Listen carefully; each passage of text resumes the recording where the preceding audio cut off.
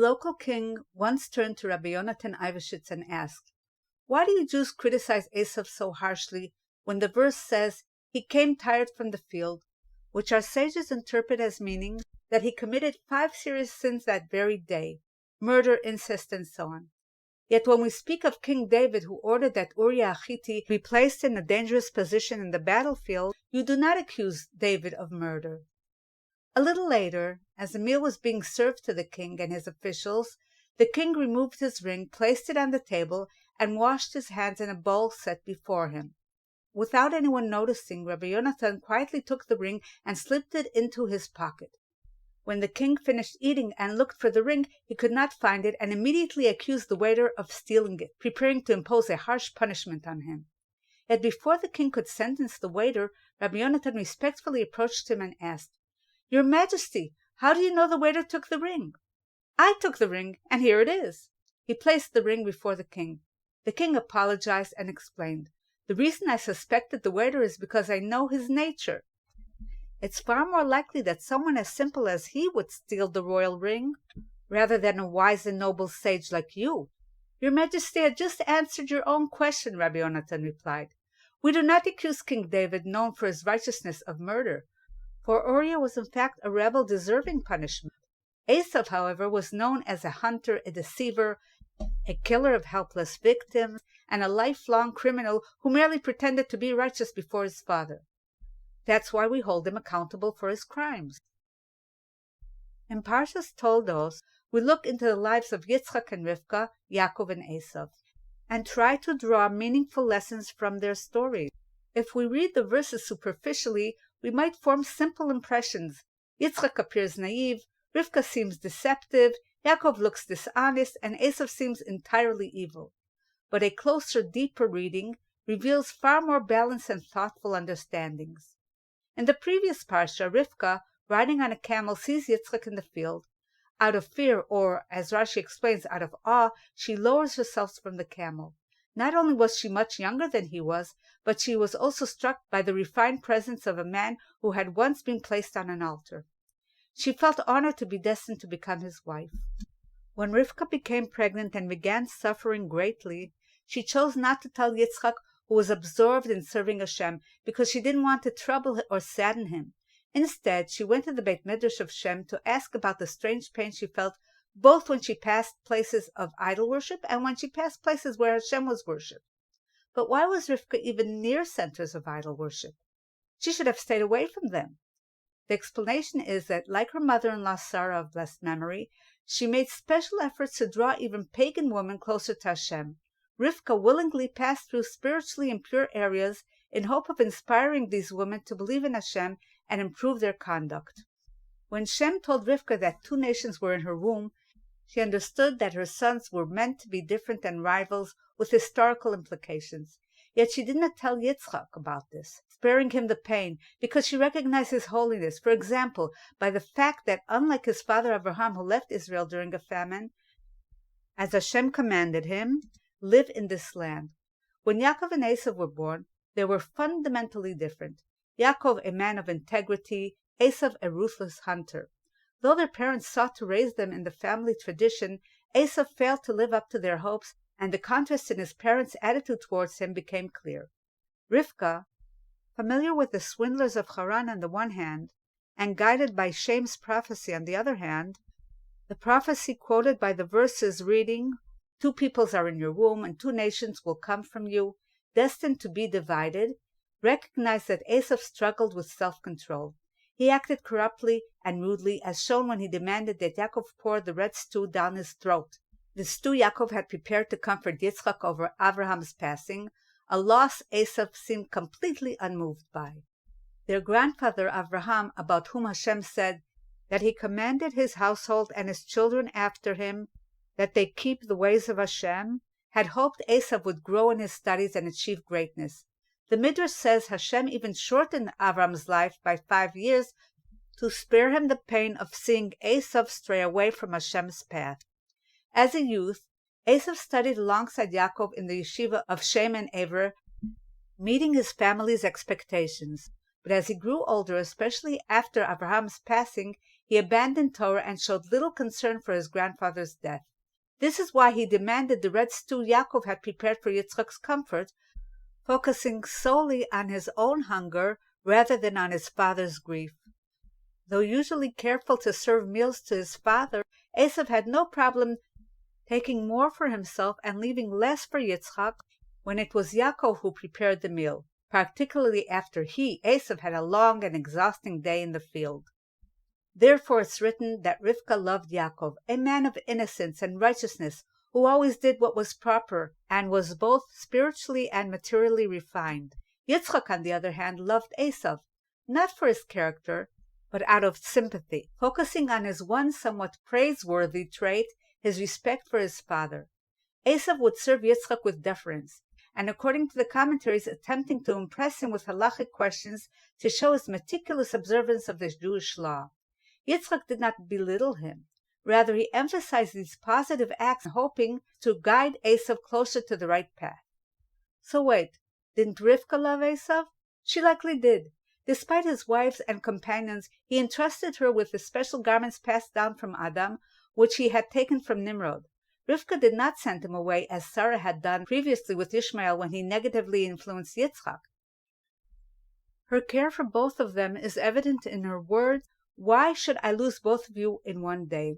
And neither she nor Yitzchak expelled Eisav and his wives, despite the Torah stating that they were idol worshippers who caused them great anguish. And Yitzchak loved Eisav. This may seem puzzling, but nowhere does the Torah say that he did not love Yaakov. Even when Yaakov, following Rivka's plan, disguised himself as Eisav to receive the blessing, Yitzchak sensed a heavenly presence, saying, "The smell of my son is like the smell of a field that Hashem has blessed him with," a fragrance that revives the soul. In stark contrast, when Eisav entered, Yitzchak trembled in great fear, and the commentaries explain that he smelled the essence of Gehenna. The clearest proof of Yitzchak's love and esteem for Yaakov is that he still said, "Blessed be he, Gam Baruch Yiyeh," even after he learned that Yaakov intentionally took the blessing meant for Eisav. Yitzchak also recognized the essential difference between his sons and therefore blessed Yaakov as his successor before sending him to seek a wife from Rivka's family in Haran. At that time he gave him the blessing of Abraham, which ensured that Yaakov would carry on Abraham's legacy and inherit the land of Israel. Like he said, "May he give you the blessings of Abraham to you and your descendants, that you may inherit the land Hashem gave to Abraham." In the blessings Yitzchak originally intended for Eisav, he emphasized material prosperity, saying, "May Hashem give you the dew of the heaven and the riches of the earth, and nations shall serve you." Rivka saw it as essential that Yaakov receive these blessings. Unlike Yitzchak, who hoped Eisav would provide material support while Yaakov uplifted the world spiritually, Rivka foresaw that Eisav would remain corrupt and resist spiritual growth, even threatening Yaakov and his descendants. Thus, she believed Yaakov needed material strength so he would not be dependent on Eisav. Unfortunately, however, the condition in Yitzchak's blessing to Eisav, which included a warning to the righteous Yaakov, made it even more crucial to bless Yaakov. Despite the exalted blessings, the people of Israel could still falter. Yitzchak told Eisav that when Israel would be unworthy, Eisav would lift the yoke of subjugation to Yaakov, a reality that, sadly, has been repeated throughout Jewish history. Regarding Yitzchak's recognition that the blessing was given to Yaakov instead of Eisav, there are two interpretations of his words, and he said, "Who then has he hunted game and brought it to me, and I ate everything before you came, and I blessed him, and indeed he shall be blessed." Some say that Hashem put these words in Yitzchak's mouth, teaching that when we cling to Hashem and follow his will, he sometimes guides our speech, even overriding our inclinations. Otherwise, we might expect Yitzchak, upset at giving Yaakov the blessing meant for Eisav, to react with anger or even withdraw it. Yet Hashem made sure he said the right thing. Gam Baruch Yiyeh, indeed he shall be blessed. Others explain that Yitzchak retained his free will but chose to control himself, recognizing that this event was divinely ordained. By responding, "Indeed he shall be blessed," he accepted the situation willingly, which did not require so much self-control, since after all he also loved Yaakov. In our daily lives, we too sometimes face outcomes that are the exact opposite of what we planned, leaving us disappointed and angry.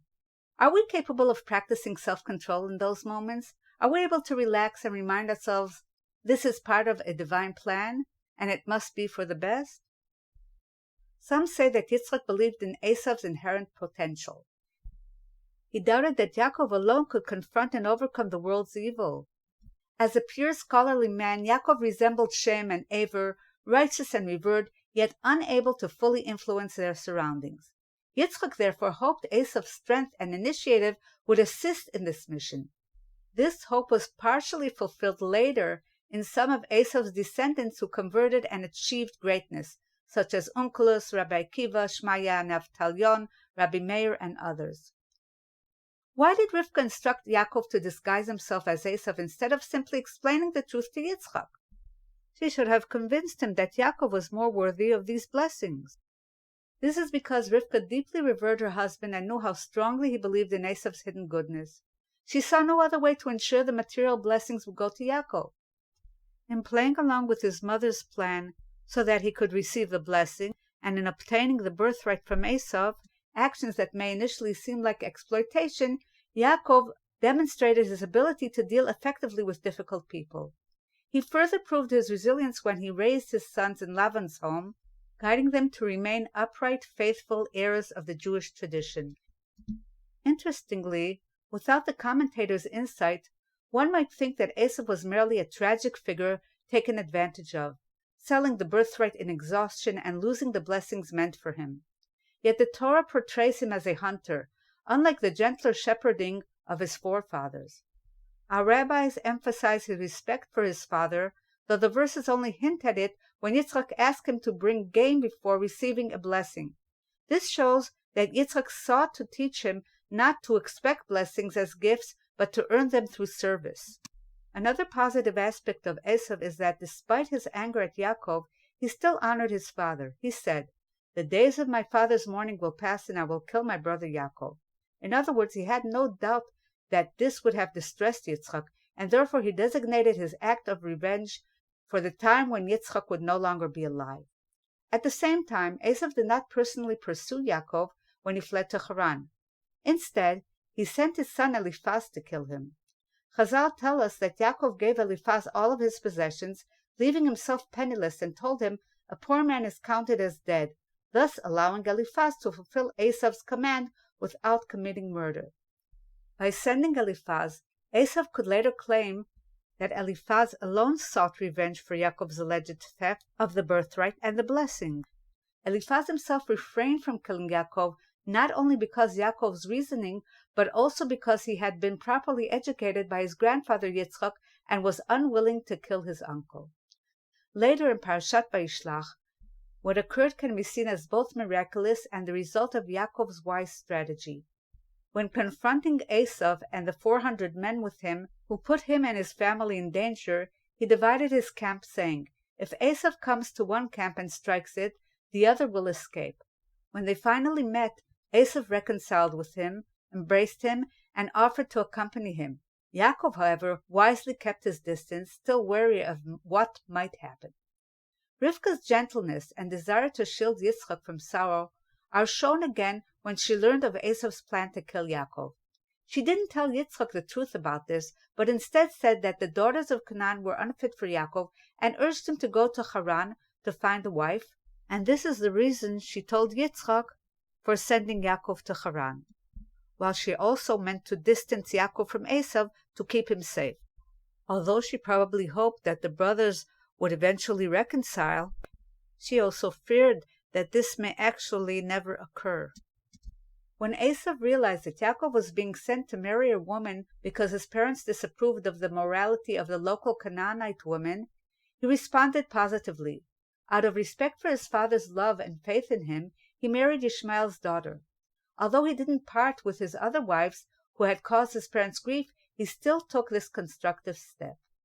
Had Eisav learned that Yaakov was fleeing out of fear for his life, he likely would have redoubled his efforts to harm him. If Rifka would have admitted this as the reason for Yaakov's departure, it would have implied that Yaakov had wronged Eisav, which might have encouraged Eisav to find new ways to deceive or harm him. Her wise explanation that Yaakov was going away to marry reassured Eisav and allowed him to wait until after Yitzchak's passing to act. Baruch Hashem, that plan was never fulfilled. In summary, despite all the drama, intrigue, and difficult events that appear in the Parsha from a superficial view, a deeper look, rooted in careful thought, reveals devotion and sensitivity. From them, we can draw practical lessons to guide our own lives and help elevate the world to a higher and more worthy place.